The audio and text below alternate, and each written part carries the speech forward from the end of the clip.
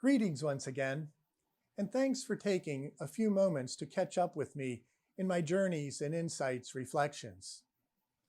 The readings of this past Sunday from the Gospel of Luke, I believe, offer a perfect analogy to our own journey in our road to renewal.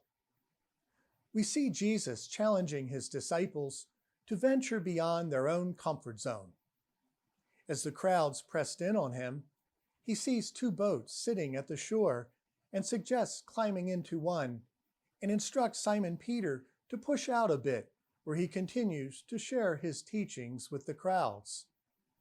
As if to test his disciples, the Lord then encourages them to venture out into the deep in order to catch the fish that have eluded them the entire night before.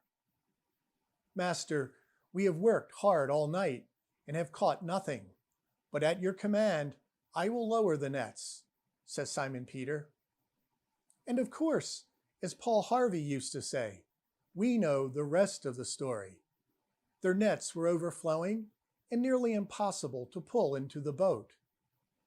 The undeniable teaching of this familiar gospel passage is, of course, that the Lord calls us beyond our comfort zone, into the deep, and what might seem troubling and forbidding waters. We're asked to venture out, far from the security of the shore, and to do what isn't at all intuitive. "Master, we have worked hard all night and have caught nothing." We've been there, done that. It didn't work. But the Lord instead calls us to persistence. He challenges us to surpass what we think we know in order to discover a larger truth and reality. In a very real way, this is what our road to renewal is all about. We think at times that we know the conclusion even before we've ventured very far on the journey. Is there anything more annoying than watching a movie with great suspense, only to have someone speculate on the outcome? Well, this is what we risk if we don't allow ourselves to listen and reflect, and ultimately abandon our securities to experience the unpredictability of discipleship. It's the courage to pursue the unknown that must be our orientation. It's what enlivens our witness and gives credence to our claim. We dare to trust and to believe. We are willing to pursue the implausible, and yes, even the impossible.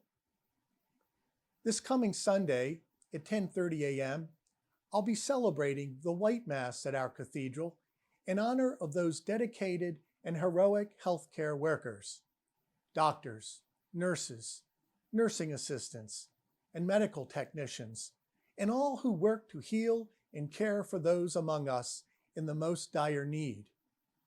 We have every reason to celebrate them, to embrace them with our prayers and gratitude for all that they've given and made possible in these many months of impossible circumstances.